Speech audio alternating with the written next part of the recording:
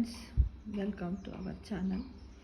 అయితే మనము శ్రీరామచంద్రుని ఈ శ్లోకంతో మనం నామస్మరణ చేస్తాం ఫ్రెండ్స్. అదేంటిదంటే రామాయ రామభద్రాయ రామచంద్రాయ వేదసి రఘునాథాయ నాథాయ సీతాయ పతయే నమః. అయితే ఈ శ్లోకం మరి ఎలా వచ్చింది అనడాన్ని మనము ఈ విధంగా తెలుసుకుందాం. ఏంటంటే శ్రీరాముని ఈ విధంగా పిలిచేవారట. ఎవరెవరు ఏమని పిలిచేవారు?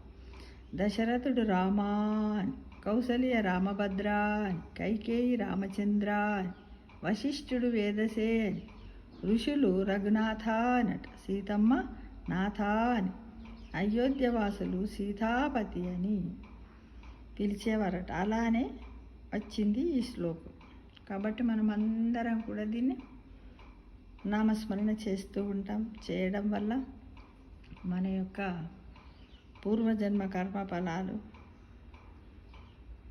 తగ్గుతాయని నమ్మకం అన్నమాట అందరికీ. అది మళ్ళొకసారి రామాయ రామభద్రాయ రామచంద్రాయ వేదసే రఘునాథాయ నాథాయ సీతాయ పతయే నమః. లోకా సమస్త సుఖినో భవంతు. జై గోమాత, జై భారత్ మాత.